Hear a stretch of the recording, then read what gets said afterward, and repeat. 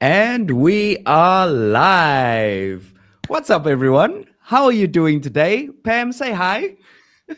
Hi, everyone. It's exciting to be back here, I guess. Yeah, it's so weird just taking a break from the podcast. So let me break this down for you. For those of you wondering, why is Devin and Pam live right now and what's exactly happening? So basically what we did was we used to have the Wads Up podcast where we kind of recorded the episodes first.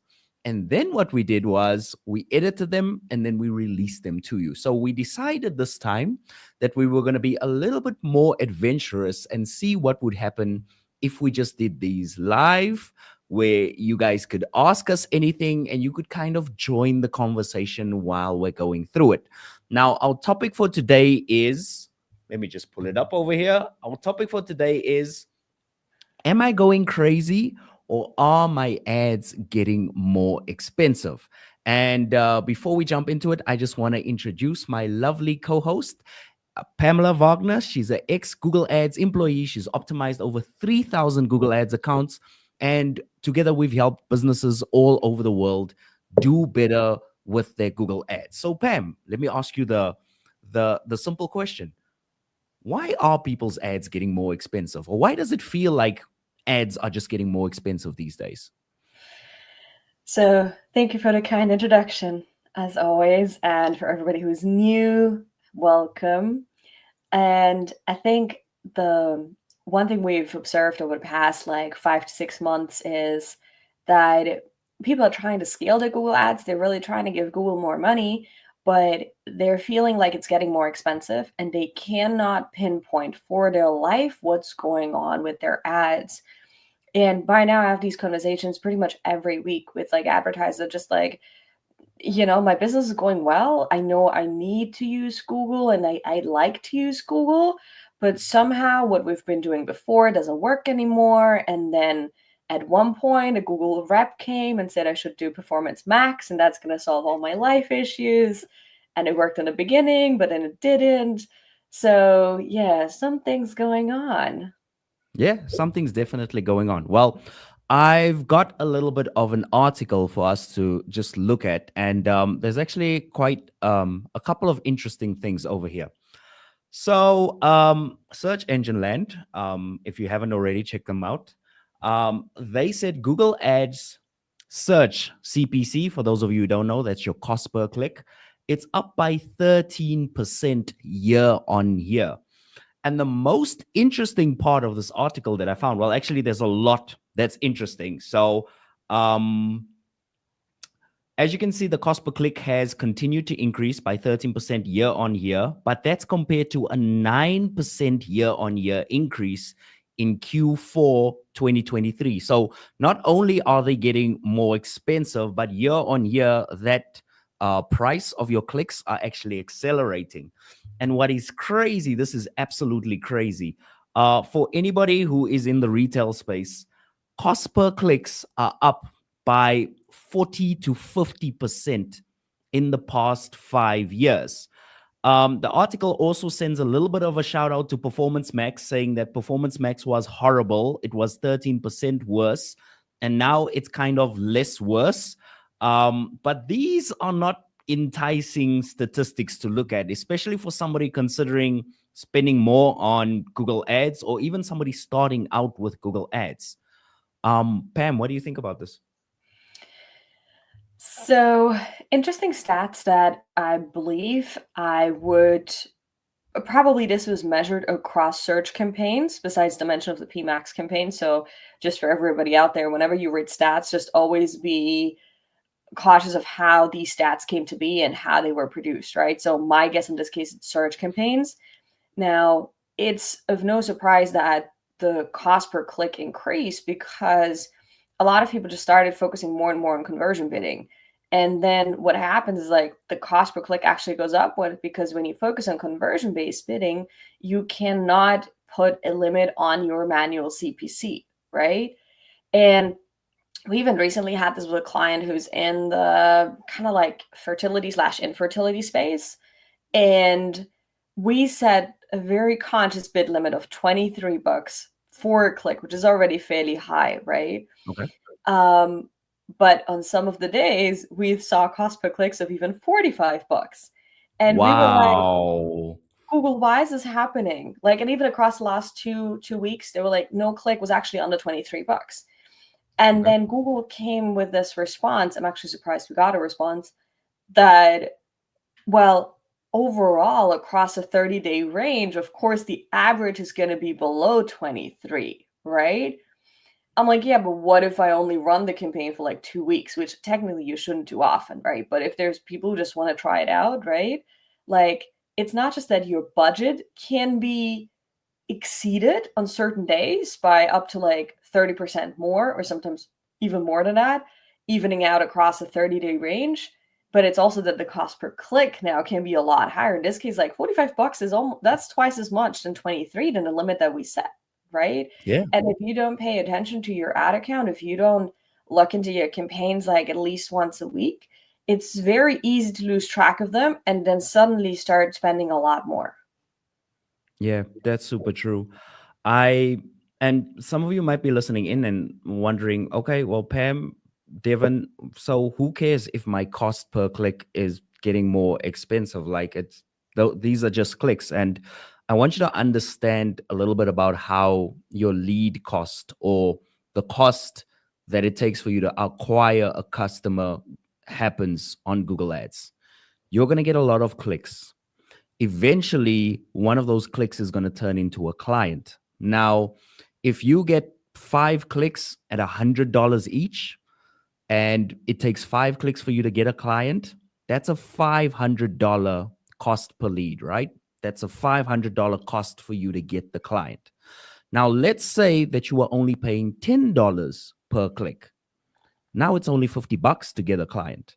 So when we talk about CPCs going up and your cost per click going up, what we're basically saying is that the cost of getting that lead, the cost of getting that call, the cost of acquiring that client is so much more expensive, because what Google is doing is it's charging more for its clicks slowly over time. And I think this is a bit scary. Do you find this scary?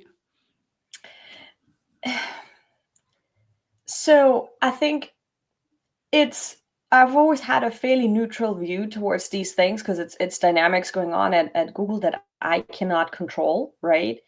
And I used to be the type of person where a couple of years ago I was like, don't worry about your cost per click. I literally am not going to look at a cost per click because all that matters to me is the cost per conversion. But what we've seen in the run of the year is that the cost per conversion would slightly go up and the cost per click would go up so much. So if we had, for example, a search campaign that was focused on conversion bidding, the cost per click would be, let's say, $9. But if we remove that conversion bidding, or when we actually removed it, and we ran these experiments across a whole bunch of accounts and campaigns, then the cost per click would now suddenly be around like $2 or $3. So in most accounts where we ran the experiments of like conversion bidding versus manual CPC bidding, the cost per click went down by up to sometimes 80%. And in almost all instances, the conversions still kept coming in, or they went back again to a level that they were like maybe a year ago or much cheaper, right? Um, we had this one client where we paused the collaboration a couple months ago because he had gotten in so many leads and he had a shortage of staff, so he literally couldn't take on any clients anymore. That is And a then lovely about problem to have. Can I I just know, say? right? It's a good problem Pam to is a have. star. Like in just look, well, to slow things down. I've got way too many clients. Pam, stop doing your job. Just pause. I know, I'm happy. That's a good reason, right? So, but I mean, we still kept the campaigns running on a low level because typically we shouldn't just shut the campaigns off completely. And then 2 months later, he came back and he was like, "Yeah, I don't know what's happening. My cost per conversion shot through the roof. Like it's about like $200 now when it used to be like around 30 to $40." What? And I was like, well, yeah, no surprise, because now that period was literally the period where the cost per conversion started going up, the cost per click started going up.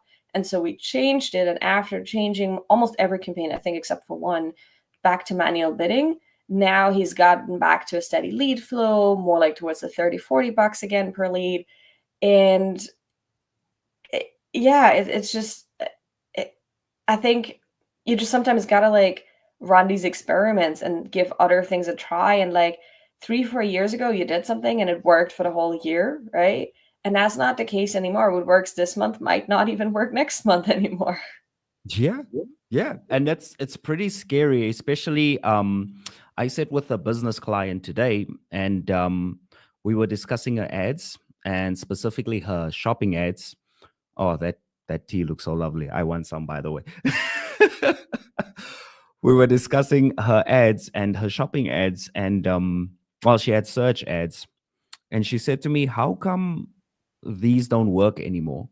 10 years ago these used to work fine." And I said to her, when you were on Google 10 years ago, you were one of the only people on Google doing what you're doing. You were one of the only businesses. And I think this is what business owners get wrong with Google Ads.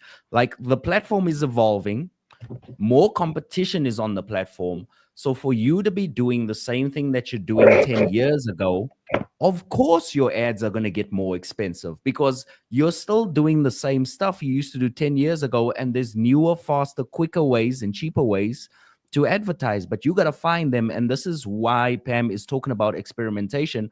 And this is also why I encourage experimentation. I had an experiment this month where I tried to sell a $9 digital product with search ads. I always advise people not to do that because you're just going to burn through your money. But I said, you know what? Maybe I'm wrong. Maybe things have changed. And I did the experiment and I've lost $83.45 so far, and I haven't made a single sale. But sometimes even the things that we say as experts, we have to go and we need to test them. Like if I tell you that use manual CPC, sometimes you need to just play with the automated bidding strategies and see, are they getting better? Are they getting worse? And I think a lot of people are scared of that experimentation side of Google Ads. So, Pam, if I came to you and I was a business owner and I said to you, look, clearly something's wrong. My leads used to cost $500. Now they're costing me 800, Mm, $1,200. What am I doing wrong and where do I start when it comes to solving this problem? mm. So I think the problem behind that is often much bigger. And I'll give an example, actually, just with a client I had a conversation yesterday with. They're even a Shark Tank company, and they're struggling with their ads, and they were talking about a competitor who did more than I think $20 million in annual revenue, and their Wow. competitor went out of business. So they're really at a point where they're like, our ads aren't working. We could go out of business. This is very serious, right? So if our cost per conversion is too high, then obviously, we might not be able to match up the customer lifetime value even. So if your current cost per conversion is too high, what I would do is I would run an experiment. So in Google Ads, you have an option. Let me see if I can pull this up here. To run experiments for any type of campaign, or search ads is the most efficient one. It has the most options, so to speak. So Um, I want to do this while Pam is pulling that up. What we're going to do is we're going to cut to an ad break and then we'll come back into the screen share. All right, guys. So we will see you soon. Now, 9 years ago, I used to work at Google, and 8 years ago, I founded my own ad agency, Ajala Digital. And since then, we've helped over 3,000 advertisers all over the world grow with Google Ads. No matter where they're based on this globe, they have one challenge in common. They are usually tired of having to figure it all out on their own with ads and not getting the return that they are looking for. If you're currently tired of your ads, if you're tired of figuring it out on your own, and you need help with a real specialist and expert, then feel free to reach out. Check the link in the description below. All right, cool. How was that? it was perfect. It was perfect. That's Should your I surprise, pull up the by the way. screen? Yeah, sure. You can share the screen. Okay, so there we go. Okay, so by the way, There's one interesting thing on the screen. Can you see it? I just noticed it now. No, I cannot see it. Sit, test. I can't see anything. Yeah, see what's below test. The year. Test. Oh, 1970. Go you. I was like, what the hell is going on? What the Clearly, hell is going on? there were a whole lot of advanced people in the 1970s. I know. Imagine we were living through like Google Ads 2.0 and it already like existed like 50 years ago. And yeah, we thought thinking we were like the OG Google Ads experts. Meanwhile, guys from 1970s are just like, listen, this is old to us. This is old school. Yeah. So anyway, back to experiments. Yeah, So as you can see on the left-hand side, you have your campaign button, and under campaign, you have experiments, right? And if got you it. go there, you can always set up a new experiment. So you can let your current campaign run, but you can say, you know what? I'm gonna like use 50% of my budget of the current campaign to allocate that to an experiment, right?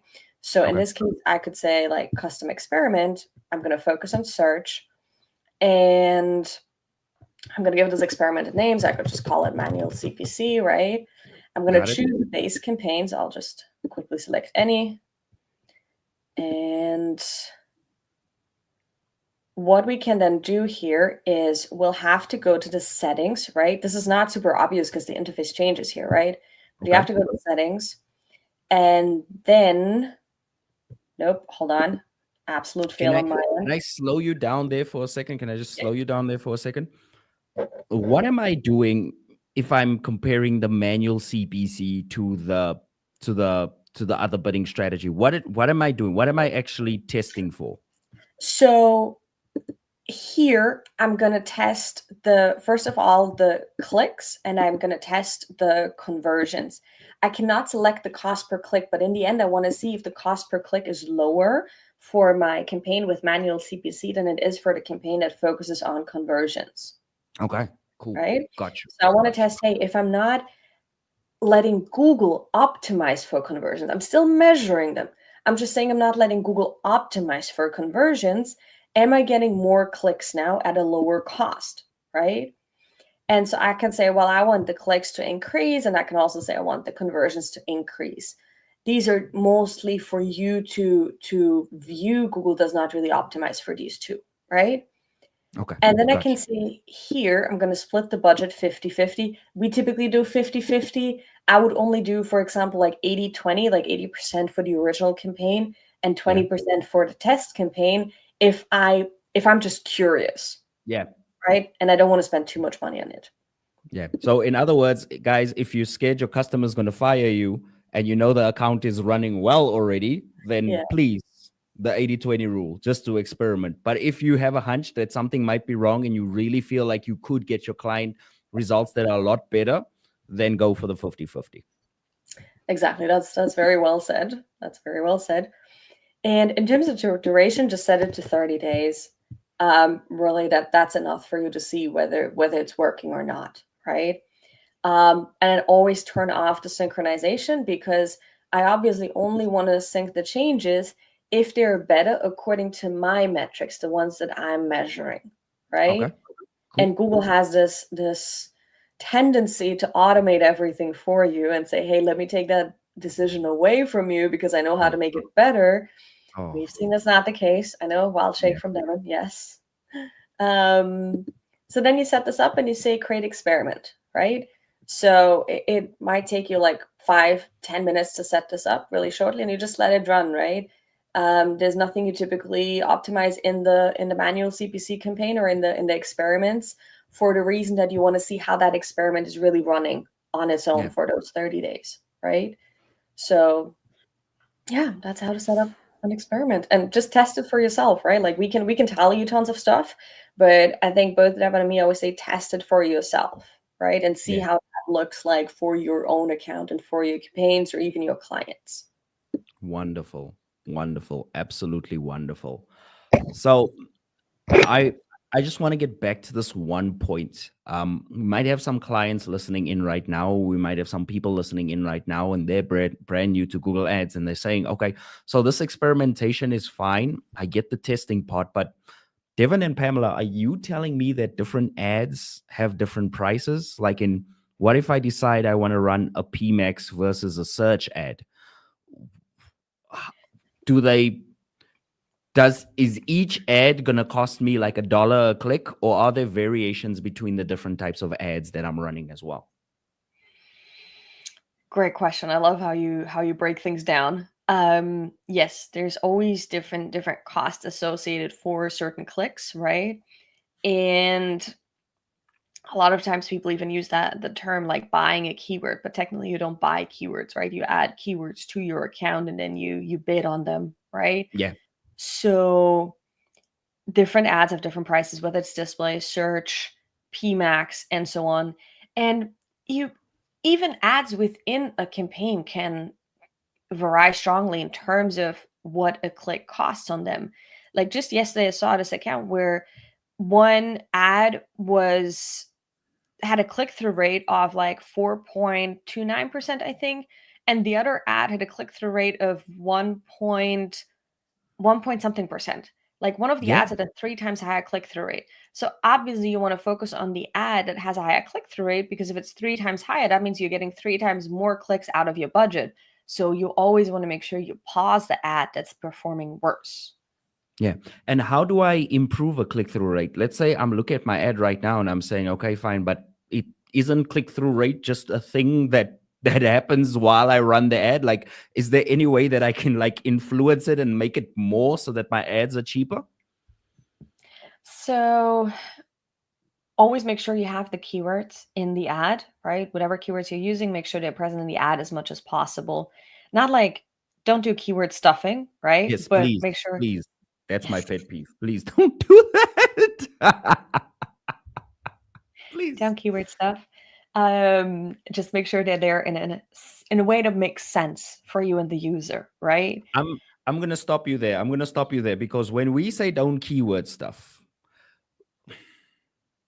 some people say, okay, I won't keyword stuff that much. No, guys, there are human beings that you want them to put your credit card into your website. You want the human beings to submit a lead. If you write your ad so that it makes sense to only a robot, it doesn't matter because the human beings with the money are not going to click on your ads and they aren't going to submit leads. So, for example, if you're selling blue cheese, writing blue cheese 17 different times on the ad, it's not going to do you any favors. Okay. You have to say it in a logical, contextual way that somebody will look at and go, wow, I'm really hungry. I want some blue cheese right now. But do not just write blue cheese. We have blue cheese, finest blue cheese, blue cheese, blue cheese, blue cheese, blue. Please do not do that. Use your keywords sparingly and make sure it makes sense to a human being. That's all I'm going to say on that subject. Pamela, you may continue. Perfect breakdown. And mention numbers in your ads, right? So, like if you've served a certain amount of customers, if you have a certain number of years of experience, if you got a certain number of like 5-star reviews on Google, mention all that, right? Because numbers typically help the brain comprehend anything it's reading much better, right? So, the more you add, at least 2 to 3 for your ad in the headlines and descriptions, doesn't matter.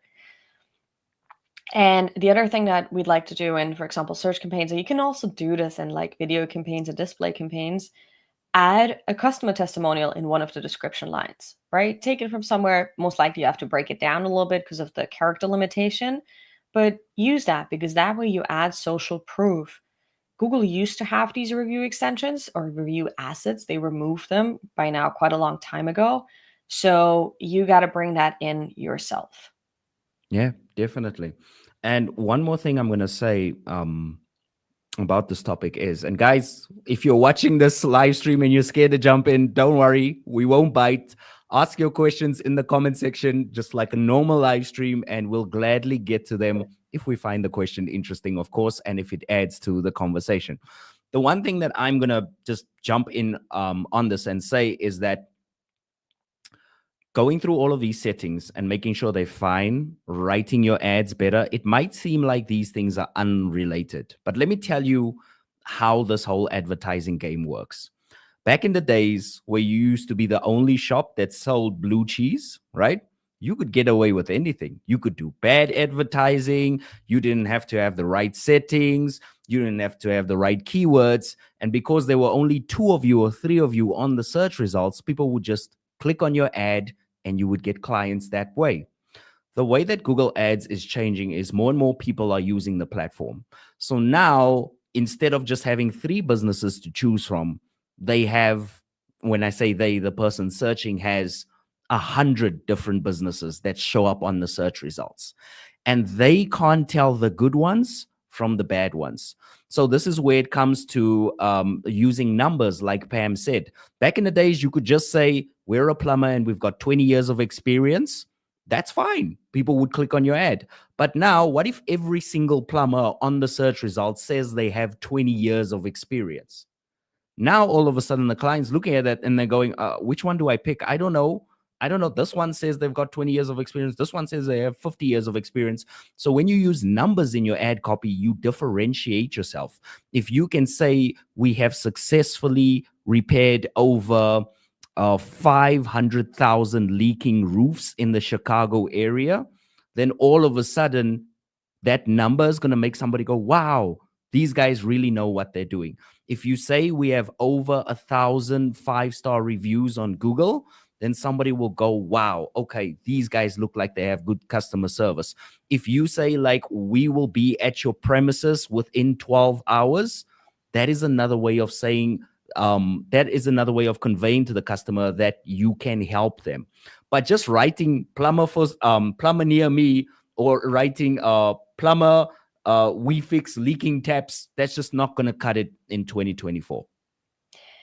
Yeah, and there's this concept called pattern interrupt, right? So if you want people to pay attention, you got to interrupt the typical pattern. And the typical pattern for a text ad is to read text, right? So any number you add adds that pattern interrupt, and you just grab people's attention easier than if you just had word after word after word.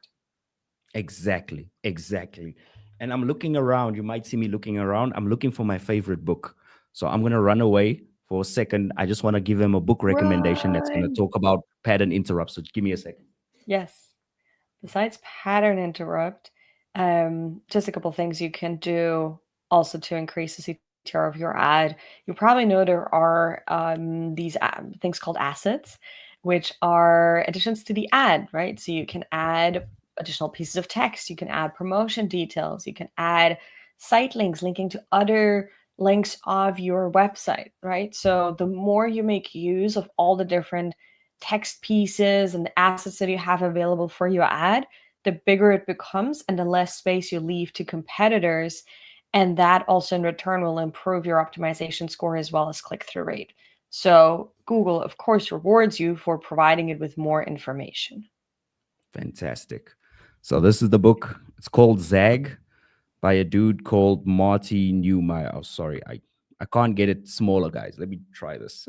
It's by a guy called Marty Newmeyer. And this whole book is literally about just differentiating your company and making it stand out. And I know as business owners, you don't want to think about this type of stuff. Like, let's be honest. Like, we'd rather just deal with customers, do deals, close deals, send banking details, send invoices, send quotes.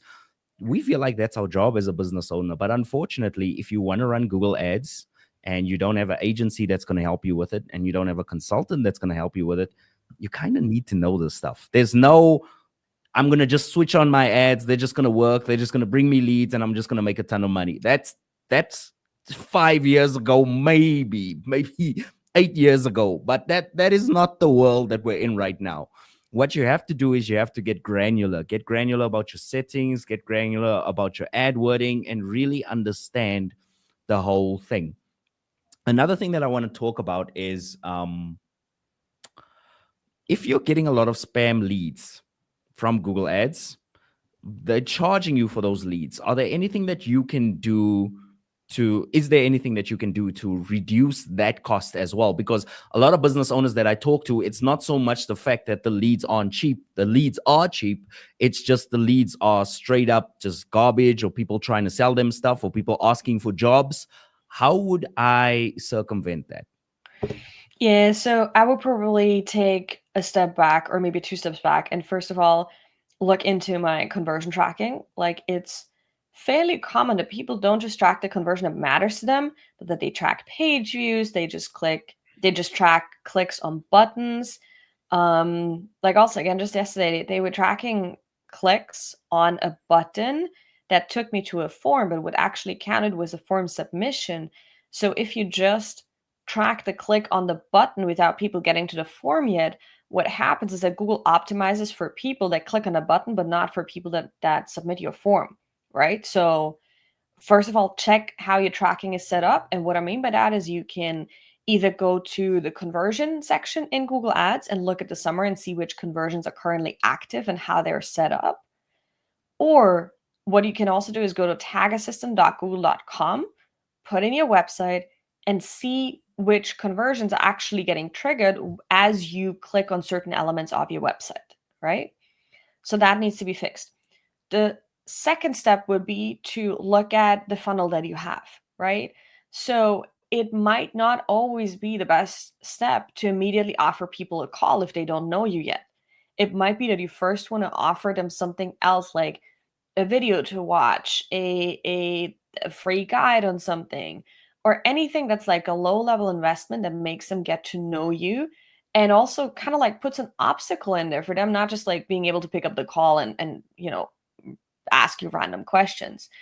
And that way you can pretty much minimize the chances of getting such bad leads. And then of course the other aspect is keywords, right? Make sure you have the right keywords.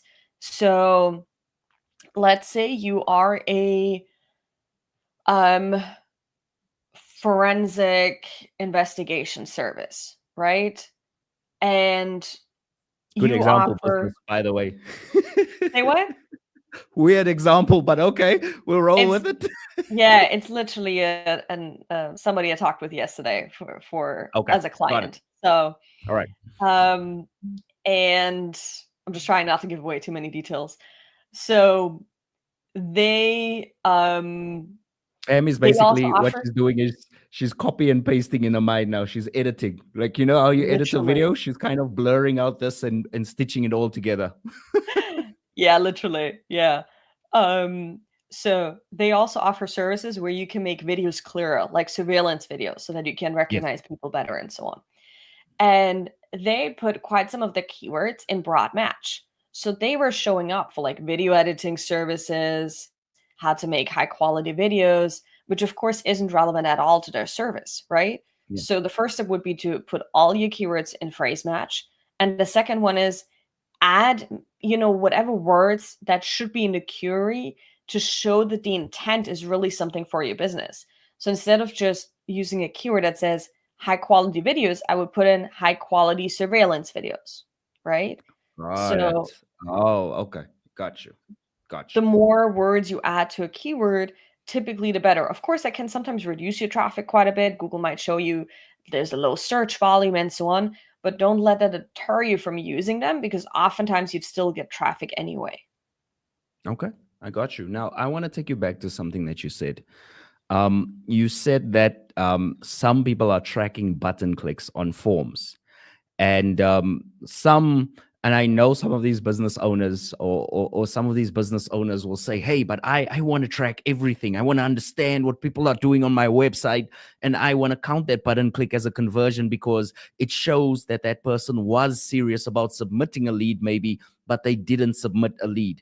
What would you say to that person who thinks that, okay, they want to track the button click, but they just want to know that somebody is actually interacting with their website? So what the problem is that Google will always optimize for the type of conversion that you get most of, right? And if I optimize, let's say for a button click on the website that takes me to the form, that's not even the submit button yet, right? Just the button that takes me to the form, then obviously you'll have much more people click on that and submit the form. So Google will keep optimizing for that first button click because that's where it gets more conversions from. It's like, oh, that's more valuable to you, right? So So when you what? say optimize, it'll go and find more people that'll want to click on buttons but not submit forms. Yes, yes. Okay. Because it wants to say, hey, look, we're giving you so many conversions, right? And I think about a year ago or something, Google introduced a classification of like primary and secondary conversions. So if you go to the conversions in your account, there is a column called action optimization that's going to say primary or secondary. And what you ideally should do is set the form submission conversion, in this case to primary, so that you say, hey, please measure this conversion and also optimize for it if you decide to go for a conversion optimization campaign. And set the first button click, if you still want to measure it, to secondary. That way, it'll still be measured and it'll still show up in the campaigns, but Google won't optimize for it. Yeah. Yeah. That's super true. And that is such good advice. That is Pam just saved you. If you're listening to the show, Pam just saved you at least $10,000. So you guys know what to do. Minimum. Ajala down in the link in the description below. Make sure you contact Pam and make sure you tell her thank you. Maybe even hire her. All right. So one thing I want to say, and Pam just touched on this as well, is you want to give them a video to watch. Now, we don't have a video in my business, but what we do is we just take them through a short survey where we understand who are they, what are they trying to achieve, and can we help them? Because I feel like sometimes when we say a video, some business owners might feel like, oh, that's so intimidating. Now I got to come up with a whole thing and I got to pitch and I got to tell them. You don't have to do anything that crazy, but I want you to think about something. If you're a business and you open your doors and you allow everybody to come into your business, right? You have to understand that some people are not as interested as you think they are. Mhm. Some people are browsing, some people are just looking around, some people are honestly just looking for a friend and trying to help a friend out. The reason why you want to set up all of this stuff is you want gates, right? So Mhm. imagine yourself as the trophy, imagine yourself as the grand prize. You don't start playing a game and then automatically you're just at the trophy. No, you have to go through a first boss, a second boss. You have to go through some challenges. You have to go through some obstacles. And the problem with business owners is you make it so easy for people to waste your time by just putting a calendar over there and not asking any questions. Ask them, can you afford to spend $5,000? Can you afford a new kitchen? Are you the primary decision maker? Do you need finance? Are you blacklisted maybe, or maybe you can't get finance? These are important things for you to do, because as you add those gates, you're going to find yourself being less busy, but you're going to spend your time with more qualified clients more often. And what that's going to do is it's going to help your marketing out as well, because you're signaling to Google that these high value people are the people that you want to work with. So the more that we track conversions the right way, and the more that we track people who are really interested in it, Google will look at that and go, oh, that's a good signal. So you're telling us that if a guy lives in this high class suburb and he has this type of extra spending and he loves this type of lifestyle, that's the client that you want. Now, when you do that, that is so much power, so much more powerful than just saying, oh, yeah, I want everybody who clicks on this button, right? And that's kind of what we're trying to get at here. We're trying to teach the machine that you only want the A grade clients and you don't want just anybody who decides to come on your website and just clicks around a bit.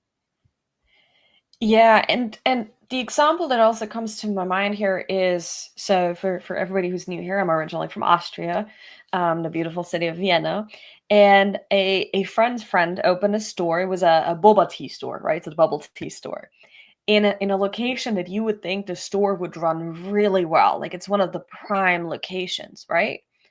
But what ended up happening, like she had to close down the store after about 6 months because people were just passing by and kind of window shopping, but they weren't buying because it was such a touristy location that there were so many other options around that in order for you to stand out, you would have had to be like a big brand, right? Oh man. So, like, always understand like the moment that you catch your users in, are they actually ready to buy, right?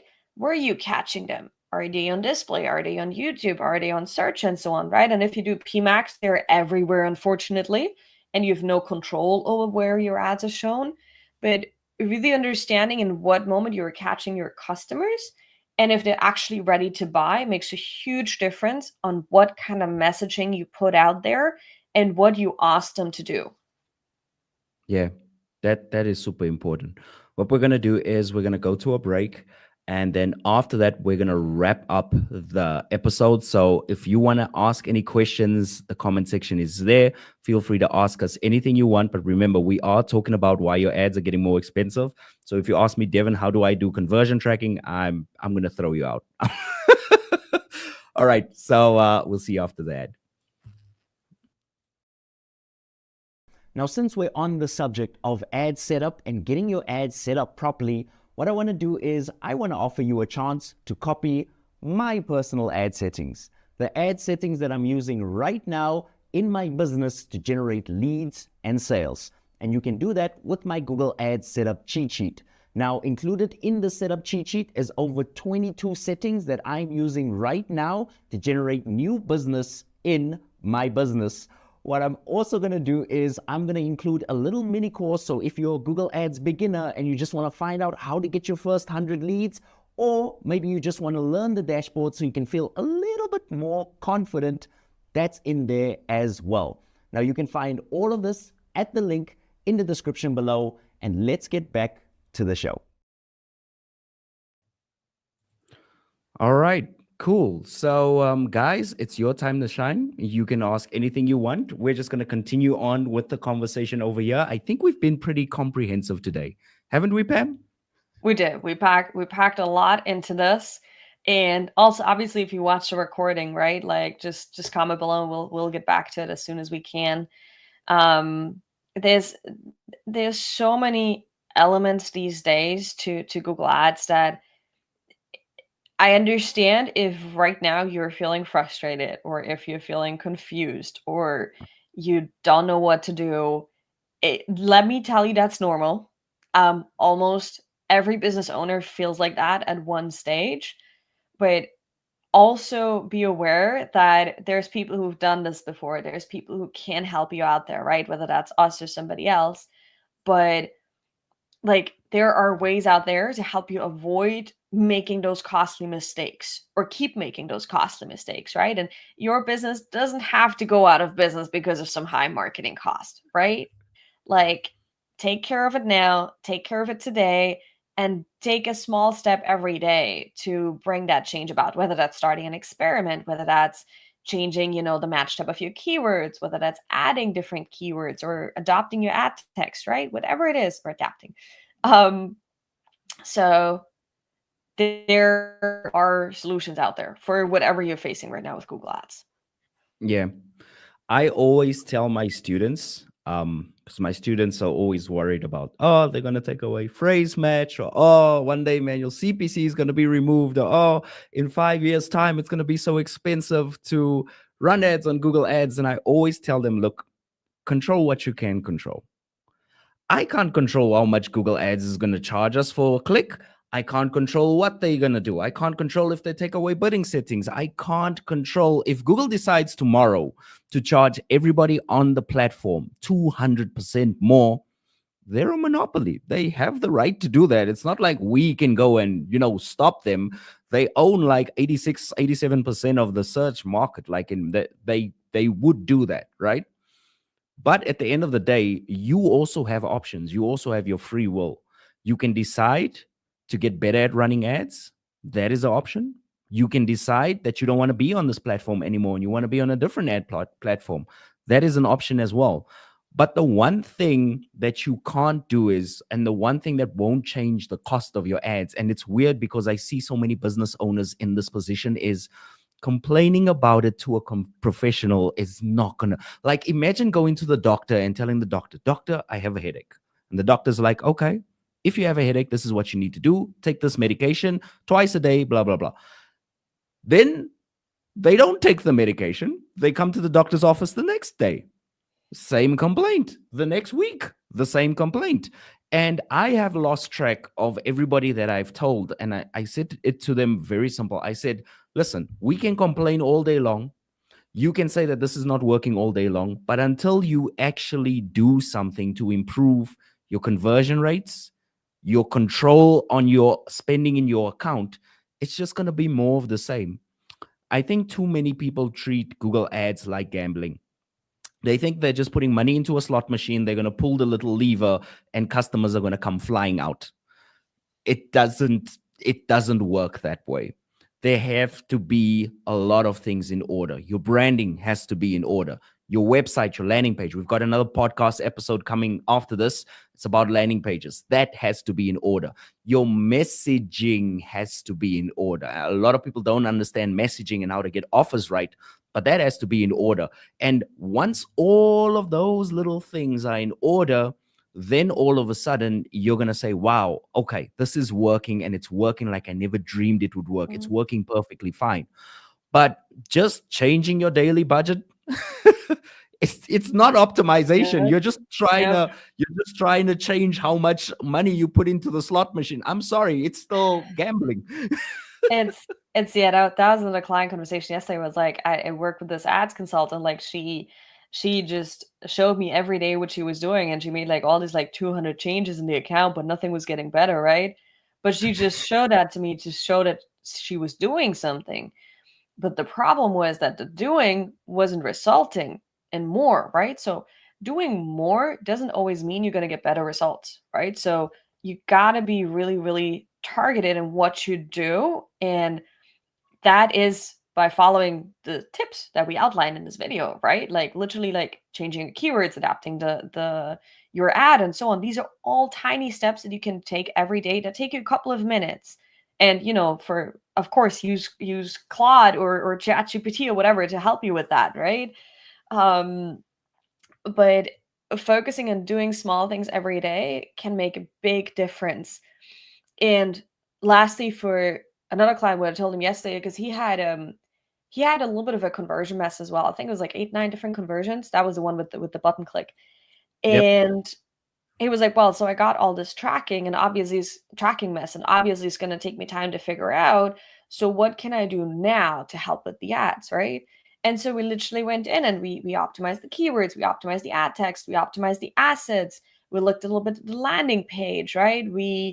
I think for the bidding strategy, were also some aspects that we took care of. We removed search terms, right? We didn't even talk about that today yet. But just by like looking at the search terms report once a week, you can already remove any kind of search terms that are not of any value to your business, right? So there Yeah. are really small steps that you can take that are not magic. It's just you going in, looking at some data points, not a lot. You don't have to be a numbers guy or gal for this, right? And you can figure this out on your own or with Devon's or with my help. Pam, I think this would be a perfect time for you to talk about your optimization guide, because it sounds like there's a lot of people that might they kind of want to optimize their ads. And just like when you say it, it sounds easy, and when they're in front of the Google Ads dashboard, they're like, oh, it says 1970 on my dashboard. What do I do now? I should have taken a screenshot. I need to go back and see if I can actually take a screenshot of this. We've got the recording. Oh yeah, we got it. Perfect. Yeah. Oh God, Back to the Future. Yeah. So we had like a lot of business owners are at the stage when they do Google Ads, and they're like, how do I actually know if A, my ads are doing well, and B, if I'm working with an agency, if they're doing a good job, right? So we put together this guide which lists a whole bunch of steps of optimization opportunities for your campaigns. I haven't even counted them. It's pretty much everything that I've collected over 10 years, and tells you exactly what you need to do, how you need to optimize your campaigns, what to look out for, which buttons to click, which settings to tick in order for you to optimize your campaigns. And we set it at a really low price. I think it's 1 or 2 cups of coffee, depending on which country you're in. um, so get it, look through it. The people that have gotten it so far said it was a really good like checklist for them to understand better where am I at with my account? What can I actually do with my campaigns? And sometimes even just getting that confidence back that, hey, I can do this myself, right? Like, even if I have an agency right now, it could be that you are actually know more right now than your agency. I've seen this plenty of times before too, right? So, put together by yours truly for you. Yeah, so it's over 19 pages long, people. Oh, So no, there is goodness. something there. There is something there for everyone. And yeah, I think what we're gonna do is we'll end the episode. For those of you who are confused because you're seeing two live streams scheduled on the channel, we're gonna jump into another live stream after this, a different podcast episode. But yeah, I think the final words that I want to leave you guys with is just you have to get more serious about your marketing. You have to get more serious about your tracking. And also when you're thinking about, how to run Google Ads, knowledge is your friend. Like, do not just sit there in the darkness and say, I don't know how to do this. I don't know. If you don't know what CTR is, watch a couple of videos. You will know what a CTR is. If you don't know what a conversion is, watch a couple of videos. You will know what a conversion is. And if you need somebody to help you, Pam is one of the best people to help you. I'm also going to drop in here before we say bye. We are having a massive, massive Black Friday special. There's going to be so much cool stuff. And what I want you to do is sign up for the early bird list below. Everybody who signs up gets a free gift. I'm not going to tell you what that free gift is, but you do get a free gift. And yeah, let me just say, you're going to be smiling. That's all I'm going to say. You're going to be smiling. So I would like to say thank you very much, Pam. It's been fun. And Pam, any last words? Thank you too. Last words would be just do it. I know it feels scary. I know it feels like procrastinating it, but just take that first step and it'll recreate or it'll create that feeling of happiness and accomplishment that you're doing something with your campaigns that will hopefully benefit your business a lot. Definitely. I love that. I absolutely love that. All right, guys, we'll see you in the next one. If you're looking for the next video to watch, there's one on your screen right now. Peace. Bye.